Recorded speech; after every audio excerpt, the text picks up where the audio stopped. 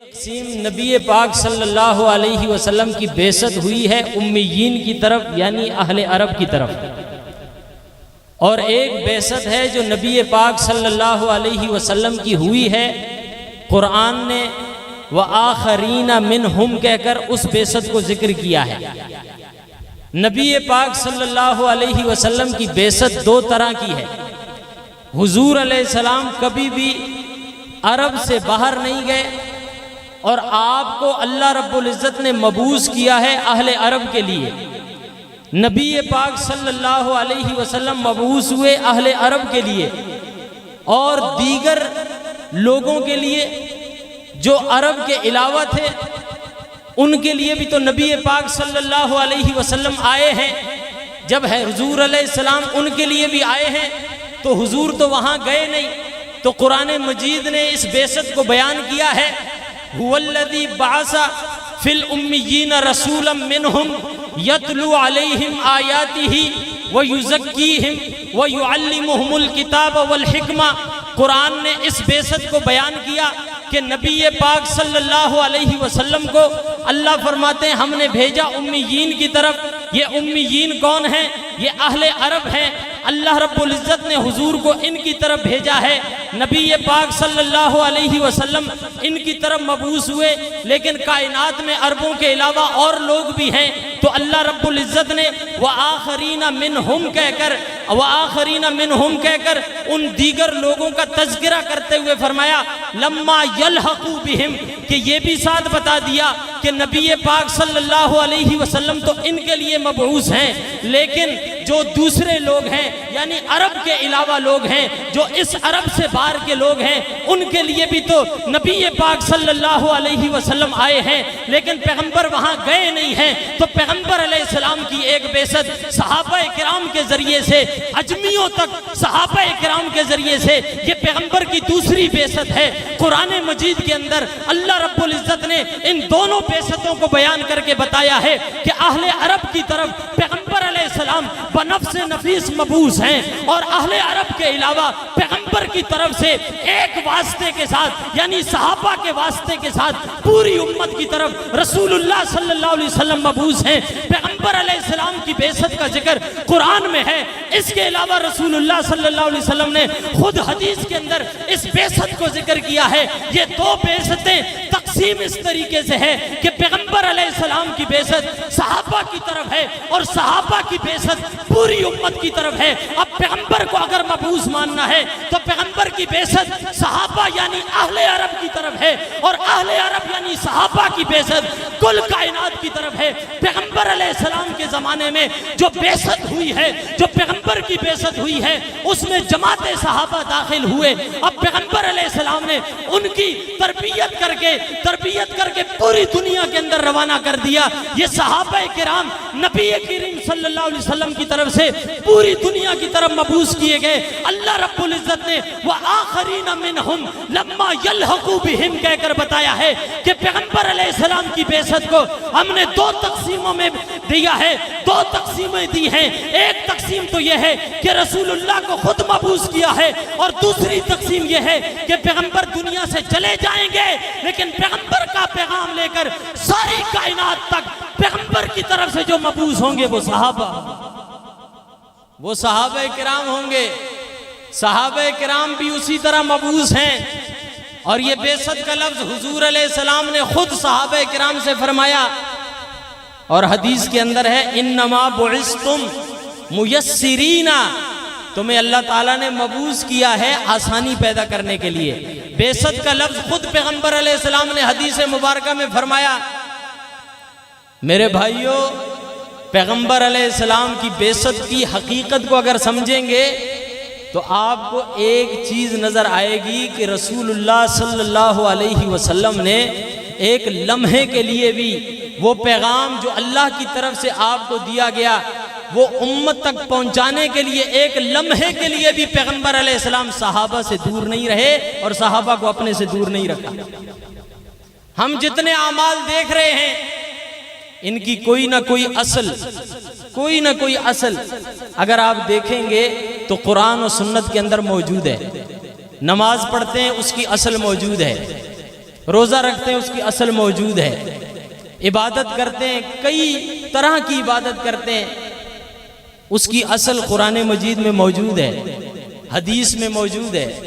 لیکن ہم یہ جو منقبت صحابہ کرتے ہیں، صحابہ کرام کی منقبت بیان کرتے ہیں، لوگ پوچھتے ہیں اس کی اصل کیا ہے؟ بھئی اس کی اصل کیا ہے، اس کی بنیاد کیا ہے؟ نماز کے لیے کوئی پوچھتا ہے تو ہم کہتے ہیں کہ حضور علیہ السلام نے پڑھی ہے، پڑھ کے دکھائی ہے، صحابہ نے حضور سے نقل کی ہے اور ساری امت کو دی ہے۔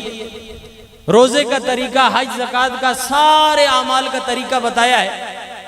تو یہ جو منقبت صحابہ ہم بیان کر رہے ہیں، اس کی بھی کوئی اصل، کوئی بنیاد ہے یا آپ لوگ ویسے شروع ہو گئے ہیں؟ میرے بھائیوں، منقبت صحابہ کی بنیاد اگر لوگ سمجھ جاتے نا، اختلاف ہی ختم ہو جاتے۔ منقبت صحابہ کی بنیاد رسول اللہ صلی اللہ علیہ وسلم کی ذات ہے۔ کس طرح سے کہ پیغمبر علیہ السلام نے 3 طرح سے صحابہ کرام کی منقبت کو بیان کیا ہے۔ نمبر 1، ان کے دلوں پر مطلع ہو کر ان کے قلوب کی خبر اللہ کے رسول صلی اللہ علیہ وسلم نے دی ہے۔ مثال کے طور پر آپ علیہ السلام نے فرمایا ما اسفل من الکعبین من الازار فی النار، مرد کے لیے شلوار ٹخنوں سے اوپر رکھنا یہ ضروری ہے۔ ابو بکر صدیق نحیف تھے، کمزور تھے، تو ان کی جو لنگی تھی، چادر تھی، وہ اکثر اوقات جو ہے ایک طرف سے سرک جاتی تھی اور اس سے آپ کے جو ٹخنے تھے یہ چھپ جاتے تھے۔ نبی پاک صلی اللہ علیہ وسلم تشریف فرما تھے، کسی صحابی نے کہہ دیا کہ ان کی تو لنگی جو ہے وہ نیچے سرک گئی ہے۔ حضور علیہ السلام نے فرمایا کہ میں اس بات کی گواہی دیتا ہوں کہ ابو بکر کی لنگی تکبر کی وجہ سے نہیں سرکی، تکبر کی وجہ سے نیچے نہیں۔ یہ ابو بکر رضی اللہ تعالیٰ نے اپنی صفائی نہیں دی، حضور آپ کے دل پر مطلع ہوئے، ابو بکر کے دل پر مطلع اللہ نے کیا آپ کو، اور اللہ کے نبی صلی اللہ علیہ وسلم نے پہلی بنیاد بتائی کہ میں ان کے دل پر مطلع ہوں، میں جانتا ہوں جتنا یہ ظاہر میں سچا ہے اتنا یہ باطن میں سچا ہے۔ یہ پہلی بنیاد ہے۔ اور دوسری بنیاد کہ نبی پاک صلی اللہ علیہ وسلم کو خواب کے ذریعے سے اللہ رب العزت نے دکھا دیا کسی کا بھی مقام۔ مشہور واقعہ ہے حضرت بلال حبشی رضی اللہ تعالیٰ عنہ کا، ان کی قدموں کی آہٹ کا آنا۔ نبی پاک صلی اللہ علیہ وسلم نے یہ خواب کی حالت میں دیکھا ہے، بیداری کی حالت میں نہیں ہے۔ کئی لوگ اس کو بیان کرتے ہیں کہ حضور معراج پہ گئے اور وہاں یہ ہوا، ایسا نہیں ہے۔ اللہ کے نبی صلی اللہ علیہ وسلم خواب میں دیکھا آپ نے کہ آپ جنت میں ہیں اور آپ کے آگے قدموں کی آہٹ جو آ رہی ہے، تو آپ جب بیدار ہوئے تو پھر آپ نے اس کے بارے میں پوچھا۔ جبرائیل امین جب آئے تو جبرائیل امین نے بتایا کہ یا رسول اللہ، وہ آپ کے غلام بلال ہیں، اللہ رب العزت کو اتنے پسند ہیں کہ چلتے تو عرب کی گلیوں میں ہیں لیکن اللہ قدموں کی آہٹ جنت کی حوروں کو سناتا ہے۔ تیسری بنیاد، اللہ کے نبی صلی اللہ علیہ وسلم نے خود ان کی تکریم کی ہے، خود ان کی دلجوئی کی ہے۔ عثمان غنی رضی اللہ تعالیٰ عنہ کی تکریم کی ہے، ان کی آمد پہ اپنی پنڈلی کو ڈھانپ دیا۔ ایک اور صحابی ہیں جو زخمی ہیں، اللہ کے نبی صلی اللہ علیہ وسلم نے دلجوئی کے لیے ان کا خیمہ مسجد نبوی کے بالکل ساتھ لگایا۔ یہ 4 کام پیغمبر علیہ السلام نے کر کے منقبت صحابہ کی بنیاد رکھی۔ منقبت صحابہ کی بنیاد کوئی اور نہیں، کوئی مولوی نہیں، منقبت صحابہ کی بنیاد نبی پاک صلی اللہ علیہ وسلم خود ہے۔ آج جو لوگ حدیث کے نام پر مارکیٹ کے اندر گھوم رہے ہیں اور طرح طرح کی باتیں نکال کے، تاریخی حوالے نکال کے صحابہ کرام پہ اعتراض کر رہے ہیں، سوال کر رہے ہیں، وہ ٹی وی پہ بیٹھ کے کر سکتے ہیں الحمدللہ، وہ اپنی محفلوں میں کر سکتے ہیں، لیکن ان کی ماں نے ایسا بچہ نہیں جنا جو ہمارے سامنے بیٹھ کے بات کر سکے۔ ایک ہمدرد ہے ہمارے، اتنا قریب رہتا ہے، اتنا قریب رہتا ہے، اتنے پیسوں کا اس کو ہم نے آفر دیا، لیکن اس کی جرت نہیں ہوئی سامنے بیٹھنے کی، سامنے بیٹھنے کی جرت نہیں ہوئی۔ پھر ہمارے لیے پہلے ایک بندہ بھیجا، پھر دوسرا بھیجا، پھر تیسرا بھیجا، پھر ایک متولی آ گیا، امام باڑہ صاحب تشریف لے آئے. انہوں نے کہا ہم آپ سے مناظرہ کریں گے لیکن شرط یہ ہے کہ آپ اکیلے آئیں گے ہم بھی اکیلے ہوں گے. تو میں نے کہا پھر ایک دوسرے کو کان میں ہی بتا دیتے ہیں جب ہم دونوں ہیں تو لوگوں کو تو پتہ ہی نہیں لگے گا. پھر ہم دونوں گلے ہی مل کے چلے جاتے ہیں, لوگوں کے سامنے تو ویسے نہیں ہے. تو اس نے کہا چلیں آپ 2-3 بندے ہو جائیں, ریکارڈ کر لینا لیکن ویڈیو نہیں بنے گی, آڈیو ہوگی. میں نے کہا چلو کچھ بھی نہ ہونے سے یہ تو بہتر ہے, بلا تو لیا. اب جب ہم وہاں پہنچے تو اندر تقریباً کوئی 100 سے اوپر لوگ بیٹھے ہوئے تھے. اب ہم 2 تھے. تو میں نے اس ساتھی کو کہا تجھے کلمہ پورا یاد ہے؟ اس نے کہا مجھے تو پورا یاد ہے. میں نے کہا میں تو پڑھ لیا. لیکن میں نے کہا ایک اور بات بتاؤں, صحابہ کی کرامت یہ ہے کہ ہم ان کے ماننے والے ہیں, ہم 2 کا روب ان 100 کے اوپر ہے, ان 100 کے اوپر ہے, اس لیے ڈرنا نہیں ہے, بیٹھتے ہیں بات کریں گے. اب جب ہم نے بات شروع کی نا تو سب سے پہلے اس نے مجھے کہا کہ مولانا صاحب ایک بات ہے کہ میں آپ کے بیان سنا ہے, آپ بڑے سلجھے ہوئے ہیں, اچھی گفتگو کرتے ہیں اور شدت پسندی نہیں کرتے, گالم گلوچ نہیں کرتے. میں نے کہا وہ والی تو نے سنی نہیں ہے, جس میں کرتے ہیں وہ آپ نے سنی نہیں ہے, لیکن یہ جس میں کرتے ہیں وہ ہم چڑھاتے نہیں ہیں, جس میں نہیں کی ہوتی وہ چڑھا دیتے ہیں. چلو میں نے کہا آپ کو اتنا اچھا لگا یہ بھی بڑی بات ہے, آپ ہمارے ساتھ بات کرنے کے لیے تیار ہوئے, خدا جانتا ہے کہ ہم انتہائی خوش ہیں اس بات سے. اس نے کہا بس ہم مختصر کریں گے, میں سمجھنا بھی چاہتا ہوں اور میں آپ کو غلط بھی ثابت کروں گا. میں نے کہا ٹھیک ہے. اس نے کہا آپ دین کس سے لیتے ہیں؟ دین.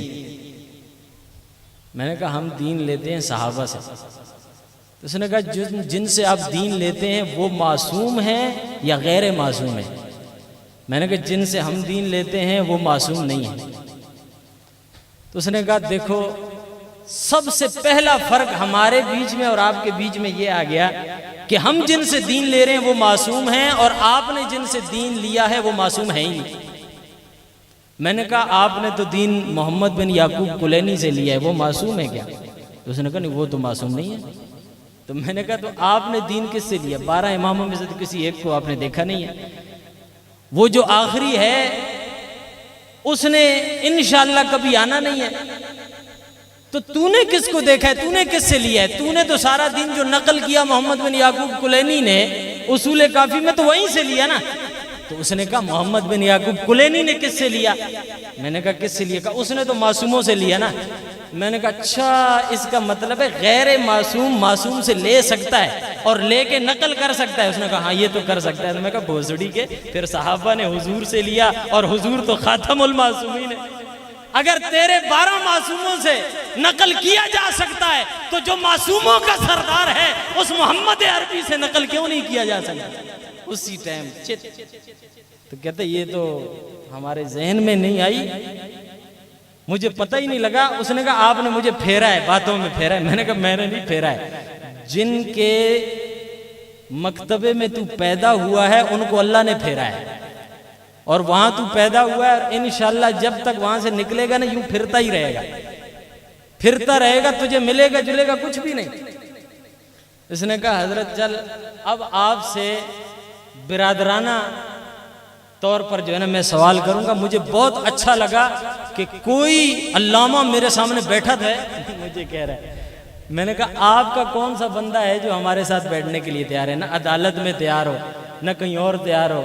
خیر پور میں ایک مرتبہ ایسا ہوا تھا کہ تیار ہو گئے تھے, کون کہتا ہے کہ ہمارے پاس حافظ قرآن نہیں ہے؟ حافظ قرآن لے کر آئے خیر پور میں اور ایک بڑا اشتہار چھاپا اور اس میں لکھا کیر تو چوے شیئن وٹ حافظ قرآن نہ آئے اچھو ڈسو سوال تھا کہو آؤ دیکھو سوال کرو. ہمارے پاس 1400 سال سے ہمارے پاس حفاظ موجود ہیں. حضرت حیدری شہید رحمت اللہ علیہ کے دور میں جب ایسا ہوا تھا تو حضرت نے بیان کرتے ہوئے فرمایا دیکھو یہ عجوبہ نہیں ہے, یہ کوئی عجیب بات نہیں ہے.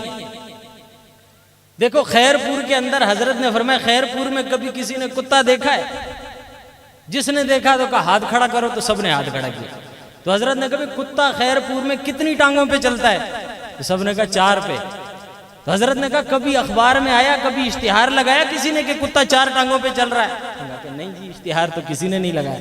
حضرت نے کہا لیکن اگر کتا 2 ٹانگوں پہ چلے گا تو اشتہار لگے گا کہ بھئی خیر پور میں کتا اور 2 ٹانگوں پہ چلا ہے. کہ جن کے پاس حافظ ہیں نا ان کو اشتہار لگانے کی ضرورت ہے. جن کے پاس آج تک نہیں تھے وہ کہیں سے خرید کے لائیں, اس لیے اشتہار انہوں نے چھاپ دیے کہ آؤ دیکھو ہمارے پاس حافظ قرآن ہے. پھر جب ہم وہاں حافظ قرآن کا امتحان لینے کے لیے گئے تو الحمدللہ حافظ قرآن مرد نہیں چھوکری تھی ایک, اور اس نے برقع پہنا ہوا تھا. برقع پہنا ہوا تو حضرت نے فرمایا کہ بھئی اس سے تو ہم امتحان نہیں لیتے, ہم وہ لوگ ہیں ہی نہیں جو عورتوں کے ساتھ مل کے بیٹھیں, مل کے مجلس کریں, مل جل کے مجلس کریں, ہم تو وہ ہیں نہیں, تو ہم عورت سے تو نہیں پوچھ سکتے. انہوں نے کہا جی اور کوئی ہے؟ تو اس نے کہا ابھی ہمارے فی الوقت ہمارے پاس یہی ہے, فی الوقت یہی ہے. ہمارا بندہ گیا ہے, ہو سکتا ہے مل جائے. وہ بندہ گیا تو وہ ایک لے کے آ گیا, تو وہ ہمارے بھائیوں والا تھا, پیسے لے کے جو ہے ان کا بن کے آ گیا. میرے بھائیوں میں ہنسنے کے لیے بات نہیں کر رہا, ہم نے ایک سوال پوچھا اور سوال پوچھنے کے بعد الحمدللہ ہم نے سارا ایمان لے لیا. ہمارے سوال کا جواب دے دو, اپنا ایمان ہمیں بیچ دو, کافر ہو جاؤ, پھر قرآن سنا کے دکھاؤ, ہم مانتے ہیں. ہم نے کہا یہ شکل سے لگ رہا ہے وہ والا نہیں ہے. ہم نے پوچھا تو وہی ہے؟ اس نے کہا ہاں جی میں وہی ہوں. 5 لاکھ لیا تھا اس نے, 5 لاکھ ان کی طرف سے حافظ قرآن بن کے آئے ڈی پی او کے دفتر کے اندر. ہم نے کہا وہی ہے؟ اس نے کہا وہی ہوں. ہم نے کہا ابو بکر عمر عثمان یہ مومن تھے یا کافر تھے یہ بتا. وہ کہتا ہے یہ تو میں نہیں کہتا, یہ تو میں نہیں بتاتا. ہم نے کہا نہیں, وہ عقیدہ بیان کرے گا تو قرآن سنیں گے, وہ عقیدہ بیان نہیں کرے گا تو ہم دھوکہ کھانے والے نہیں ہیں. ابو بکر عمر عثمان کے بارے میں کیا عقیدہ ہے وہ بیان کر. کافی وقت گزرا. اس نے کہا کہہ دیا 5 لاکھ کے لیے کہ الیاذ باللہ نہیں تھے مومن. ہم نے کہا اب ہم آپ سے نہیں سنتے, جہاں سے تجھے یاد ہے نا وہاں سے سنا. تو اس نے کہا الحمدللہ رب العالمین اہدنا الصراط المستقیم, وہ بھی گیا, سارا قرآن گیا, کچھ بھی یاد نہیں رہا. ڈی پی او صاحب نے باہر نکل کے اس نے کہا جی بہت محنت کی ہے, انشاءاللہ آپ اور محنت کریں, 5 6 نہیں 10 سال بعد تو انشاءاللہ کوئی حافظ تو ہو ہی جائے گا. ہم نے کہا ٹھیک ہے. اس نے آ کے فتح کا اعلان کیا کہ انہوں نے اشتہار تو لگائے تھے لیکن ابھی تک ان کے پاس ہوئے نہیں ہیں, لیکن ہم ان سے یہ کہتے ہیں کہ یہ کوشش کریں اور ہو جائے ان کے پاس. انشاءاللہ ایک دن آئے گا کہ ان کے پاس حافظ قرآن ہوگا. میں نے کہا بالکل وہ دن آئے گا. اس کے دل میں ابو بکر آئے گا, اس کے دل میں عمر آئے گا, اس کے دل میں عثمان آئے گا, تو اس کے دل میں قرآن بھی آئے گا. اگر ابو بکر عمر عثمان نہیں آئیں گے تو ان کے دلوں میں قرآن نہیں آئے گا. قرآن کے جامعین یہ ہیں, قرآن کو اشاعت کرنے والے, نشر کرنے والے یہ ہیں. جب ان کی عزت نہیں ہوگی تو نہیں آئیں گے. اب اس نے برادرانہ ماحول میں مجھے کہا ایک بات بتاؤ, آپ کے مذہب میں, آپ کے مسلک میں زیادہ بہادر کون ہے, ابو بکر صدیق یا علی المرتضیٰ؟ میں نے کہا ہم سنی ہیں, اہل سنت ہیں, ہم اہل سنت صحابہ میں تقابل نہیں کرتے. یہ نہیں کہتے کہ اس کا یہ مقام ہے اس کا یہ مقام ہے, یہ تقابل ہمارے ہاں ہے ہی نہیں. لیکن شیعہ مذہب کے مطابق اگر میں بتاؤں تو آپ کے مذہب کے مطابق زیادہ بہادر جو ہے وہ ابو بکر صدیق تھے, حضرت علی نہیں تھے. اس نے کہا ہمارے مذہب میں کیسے؟ میں نے کہا میں آپ کو بتاتا ہوں کیسے. میں نے کہا یہ بتاؤ کہ حضرت علی سے خلافت کس نے چھینی؟ اس نے کہا ابو بکر صدیق نے. میں نے کہا جو چھینتا ہے نا وہ بہادر ہوتا ہے. جو چھینتا ہے وہ بہادر ہوتا ہے. ابو بکر صدیق رضی اللہ تعالیٰ نے چھین کے بتایا کہ شیر خدا یہ نہیں, شیر خدا میں ہوں, یہ مذہب تیرا ہے. میرے مذہب کے اندر شیر خدا علی ہے, میرے مذہب کے اندر شیر خدا جو بھی نبی کا صحابی ہے وہ شیر خدا ہے. ہمارے مذہب میں یہ ہے, تمہارے مذہب میں یہ ہے. اب اس نے کہا کہ جو فضائل تمہاری کتابوں میں ہمارے مولا علیہ السلام کے ہیں کم سے کم وہ تو بیان کرو. میں نے کہا کون سے ہیں, ایسے کون سے فضائل ہیں جو ہم بیان نہیں کرتے؟ انہوں نے کہا کہ کیا نبی پاک صلی اللہ علیہ وسلم حضرت علی المرتضیٰ رضی اللہ تعالیٰ عنہ کی گود میں سر رکھ کے آرام کر رہے تھے اور نماز کا وقت چلا گیا تو حضور علیہ السلام کی جب آنکھ مبارک کھلی تو آپ نے پوچھا علی کیا ہوا؟ نماز کا وقت، انہوں نے کہا چلا گیا۔ تو نبی پاک صلی اللہ علیہ وسلم نے دعا فرمائی اور سورج پلٹ کے آیا اور حضرت علی رضی اللہ تعالیٰ نے نماز پڑھی۔ میں نے کہا یہ ہے کہاں؟ اس نے کہا ہے ہماری کتابوں میں۔ میں نے کہا یہ نہج البلاغہ میں لکھا ہے۔ حضرت علی رضی اللہ تعالیٰ عنہ کے جو مکتوب ہیں، جو ان کی طرف منسوب ہیں، یہ نہج البلاغہ میں لکھا ہے، یہ روایت وہاں لکھی ہے، بالکل ایسا ہے۔ لیکن نہج البلاغہ میں لکھا کیا ہے کہ یہ حضرت علی کی نماز قضا کون سی ہوئی؟ کہتے ہیں عصر کی۔ میں نے کہا عصر کی قضا کیسے ہوئی؟ زور کے ساتھ ملا کے کیوں نہیں پڑھی؟ وہ حضرت علی عصر قضا کر کے بتا رہے ہیں، سورج واپس آ کے اللہ بھی بتا رہا ہے علی اس کا ہے جس کی نمازیں 5 ہیں، جو فجر ظہر عصر مغرب اور عشاء کو 5 وقتوں میں پڑھتا ہے وہ علی والا ہے، جو 3 وقتوں میں پڑھتا ہے وہ علی والا نہیں ہو سکتا۔ میں نے کہا علی نے عصر قضا کر کے بتائی ہے کہ میرا مذہب نبی والا ہے اور میرے نبی کا مذہب وہ ہے جو اہل سنت کے پاس ہے، یعنی اہل سنت عصر کو عصر میں پڑھتے ہیں، ظہر کو ظہر میں پڑھتے ہیں۔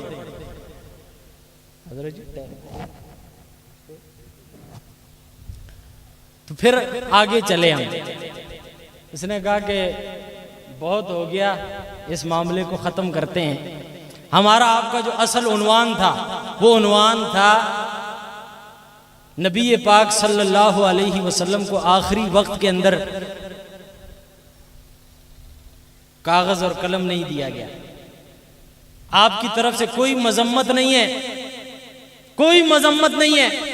اگر وہ کاغذ قلم دے دیا جاتا تو آج امت گمراہ نہ ہوتی، آج امت ضلالت میں نہ ہوتی، گمراہی میں نہ ہوتی۔ نہیں دیا کاغذ قلم۔ میں نے کہا کس نے نہیں دیا؟ کہتا میں نام نہیں لوں گا۔ میں نے کہا میں لیتا ہوں۔ کہتے لو۔ میں نے کہا حضرت علی نے نہیں دیا۔ تو فوراً اس نے کہا ابو بکر عمر عثمان نے نہیں دیا۔ میں نے کہا وہ بھی ساتھ تھے۔ نہ دینے والوں میں ابو بکر عمر عثمان بھی ہیں، حضرت علی بھی ہیں۔ جو فتویٰ ان 3 پہ لگتا ہے وہی فتویٰ تو حضرت علی پہ بھی لگتا ہے۔ اسی لیے تو ہم کہہ رہے ہیں کہ یہ حضرت علی کی آڑ ہے، محبت حضرت علی سے نہیں ہے، آڑ ہے حضرت علی کی۔ تو میں نے کہا یہ بتاؤ کہ انصاف سے ہم اس مسئلے کو حل کرنا چاہیں تو آپ نے جب ہمیں بلایا تو آپ نے کہا آپ بھی اکیلے آنا، ہم بھی اکیلے آئیں گے۔ پھر آپ نے کہا چلو آپ 2 آدمی آئیں، 2 ہوں گے۔ یہاں ہم آئے ہیں، آپ 100 بندے بیٹھے ہیں۔ یہ پہلا جھوٹ آپ نے ہم سے بولا۔ پھر بھی ہم آئے اس لیے کہ ہمیں اپنے دین پر الحمدللہ جیسے زبان سے اعتماد ہے ایسے دل سے بھی اعتماد ہے۔ ہم زبان سے جو بولتے ہیں دل سے بھی وہی بولتے ہیں، ہمارا دل اور زبان ایک ہے۔ لیکن آپ نے ہمیں بلایا، جھوٹ بولا۔ لیکن آپ یہ مسئلہ ہمارے ساتھ حل کرنے کے لیے اگر آپ تیار ہیں تو میں کسی کا سہارا نہیں، آپ کے یہ جو بندے بیٹھے نا ان کا سہارا لے کے مسئلہ حل کرنا چاہتا ہوں۔ آپ تیار ہیں؟ اس نے کہا کہ کر سکتے ہیں۔ میں نے ایک موالی کو اشارہ کیا، میں نے بولا یار اٹھنا، اٹھا۔ میں نے کہا دیکھو خدا نہ کرے کہ میں اور آپ دوست ہوں، لیکن بالفرض اگر ہم دوست ہو اور میں آپ کے گھر آ جاتا، آپ مجھے اپنی بیٹھک میں بٹھاتے، مجھے پانی کی ضرورت پڑ جاتی، تو اب بیٹھک کے اندر جگ گلاس پانی کولر کچھ نہیں ہے، تو ظاہر ہے میں اندر جا کے خود پانی بھر کے لاؤں گا یا جو گھر کا فرد ہے اس کو کہوں گا کہ یار پانی پلا دے؟ تو اس نے کہا جو گھر کا فرد ہے اس کو کہو گے۔ میں نے کہا جب حضور نے کاغذ قلم مانگا تھا تو یہاں گھر کا فرد کون تھا؟ بتاؤ کون تھا؟ حضرت علی رضی اللہ عنہ۔ حضرت علی تھے نا؟ میں نے کہا حضرت علی تھے گھر کے فرد۔ تو پھر میں نے وہ بیٹھ گیا، میں نے اس کو کہا اچھا دوسرا سوال، آپ اٹھو۔ کہتے میں نہیں اٹھتا۔ میں نے کہا آپ مجھ سے بات کہلوا کے ہمارے قبلہ کو پھنسا رہے ہیں۔ میں نے بولا یہ تیرے قبلے کی پیٹھ پھری ہوئی ہے، اس کو کچھ پتہ ہی نہیں ہے۔ وہ دوسرے کو کہا چل یار آپ 2 منٹ کے لیے اٹھ لو، خدا کرنا صحیح، علی کا واسطہ 2 منٹ اٹھ تو صحیح، بات تو پوری کرنے دو۔ وہ اٹھ گیا۔ میں نے کہا کہ اگر مثال کے طور پر گھر کا کوئی فرد بھی نہ ہو، گھر کا کوئی فرد بھی نہ ہو تو پھر دوسری صورت میں ہم جس سے منگوائیں گے نا پانی تو دیکھیں گے یہاں عمر میں سب سے چھوٹا کون ہے، جو سب سے چھوٹا ہوگا اس کو کہیں گے لے کے آ۔ تو جب حضور نے کاغذ قلم مانگا تو عمر میں یہاں سب سے چھوٹے کون ہیں؟ وہ بھی حضرت علی۔ میں نے کہا صلح حدیبیہ میں صلح نامہ رسول اللہ صلی اللہ علیہ وسلم نے کس سے لکھوایا تھا؟ کہا حضرت علی سے۔ میں نے کہا گھر کے فرد حضرت علی، عمر میں سب سے چھوٹے حضرت علی، حدیبیہ میں لکھنے والے، صلح نامہ لکھنے والے حضرت علی، تو پھر نبی نے کاغذ قلم کس سے مانگا تھا؟ جب سارے کام علی میں پائے جاتے ہیں تو حضور نے کاغذ قلم کس سے مانگا؟ میں نے کہا لیکن میں واقعہ پورا سنا دیتا ہوں، تو نے پورا سنایا نہیں ہے۔ اس نے کہا چلیں آپ سنائیں۔ میں نے کہا ابو بکر صدیق نے جب دیکھا نا کہ حضرت علی حضور کا ہاتھ مبارک پکڑ کے اور اپنے چہرے سے آنکھوں سے لگائے ہوئے ہیں، تو ابو بکر صدیق نے حضور کے اس امر کے بعد کہ کاغذ قلم لاؤ، حضرت علی سے فرمایا علی جاؤ لے کے آؤ۔ حضرت عمر ادھر کھڑے، انہوں نے دیکھا کہ علی فرط محبت میں حضور کو چھوڑنا نہیں چاہتا، اور 9 ذی الحج کو الیوم اکملت لکم دینکم بھی اتر چکی ہے، قرآن بھی مکمل ہے، دین بھی مکمل ہے، اب احکامات کی کوئی آیت اترنی بھی نہیں ہے۔ تو حضرت عمر نے جب حضرت علی کو دیکھا نا تو ان کے کندھے پہ ایسے ہاتھ رکھ کے کہا علی بیٹھے رہو، حسبنا کتاب اللہ، ہمارے لیے اللہ کی کتاب کافی ہے۔ تو فوراً وہ قبلے نے کہا، مجتہد نے، اس نے کہا بس بس بس بس بس ہو گئی بات۔ میں نے کہا کیا ہو گئی؟ انہوں نے کہا کہ بس یہ بات آپ کے منہ سے کہلوانا چاہتے تھے۔ میں نے کہا کون سی بات؟ اس نے کہا یہ بات کہ مولا علی کاغذ قلم لا رہے تھے اور عمر نے ان کو پکڑ کے روک دیا، نہیں لانے دیا۔ میں نے کہا یہ بات لکھ کر دو، یہ بات لکھ کر دو کہ مولا علی جا رہے تھے، حضرت عمر نے روکا۔ تو اس نے لکھ دیا کہ مولا علی علیہ السلام حضور کے فرمان کے مطابق کاغذ قلم لا رہے تھے، لیکن عمر صاحب نے زبردستی پکڑ کے روک دیا۔ نیچے اس نے اپنا نام لکھ کے سائن کیا، میں نے پرچی لی۔ میں نے کہا بس مناظرہ ختم، بات ختم، آخری سوال کا جواب دو۔ کہتے کیا؟ میں نے کہا یہ بتاؤ یہ حضرت علی نے پھر مانی کس کی؟ حضور نے کاغذ قلم منگایا، حضرت علی کو کہا لاؤ، حضرت عمر نے پکڑ کے روک دیا، یہ علی نے مانی کس کی؟ کہتے پرچی واپسی دو۔ میں نے کہا پرچی تو میں واپسی دے دوں گا، لیکن مولا علی کا تیرے بقول عقیدہ بتا دوں۔ مولا علی رضی اللہ عنہ کا عقیدہ یہ ہے کہ میرے ماننے والوں، میرے نام سے تمہیں بہکایا جائے گا، میرے نام سے تمہارے جیبوں کو خالی کیا جائے گا، میرے نام سے تمہارے سروں کو لیا جائے گا، لیکن میرے کام کی خبر رکھنا، میرے کام کو دیکھنا۔ تم مجھے پہلا امام مانتے ہو، اپنے پہلے امام کا عمل دیکھو۔ حضرت علی رضی اللہ تعالیٰ عنہ عمر کی مان کے بتا رہے ہیں کہ علی کل بھی عمر والا تھا، علی آج بھی عمر والا ہے، علی صبح قیامت تک عمر والا ہے۔ اور علی عمر والا کیوں نہ ہو کہ نبی پاک صلی اللہ علیہ وسلم نے فرمایا عمر تجھ سے محبت وہی رکھ سکتا ہے جس کے دل کے اندر کامل ایمان ہو۔ علی کامل مومن ہے، ہم بھی کامل مومن ہیں، علی کو عمر پسند ہے، ہمیں بھی عمر پسند ہے۔ اس لیے صحابہ غلام ساتھیوں، صحابہ غلام دوستوں، میں تم سے ایک بات کہنا چاہتا ہوں کہ طوفانوں سے آنکھ ملاؤ، سیلابوں پہ وار کرو، ملاحوں کا چکر چھوڑو، تیر کے دریا پار کرو، اور پھولوں کی دکانیں کھولو، خوشبو کا بیوپار کرو، اور اصحاب محمد سے عشق جرم ہے اگر تو یہ جرم ایک بار نہیں 100 بار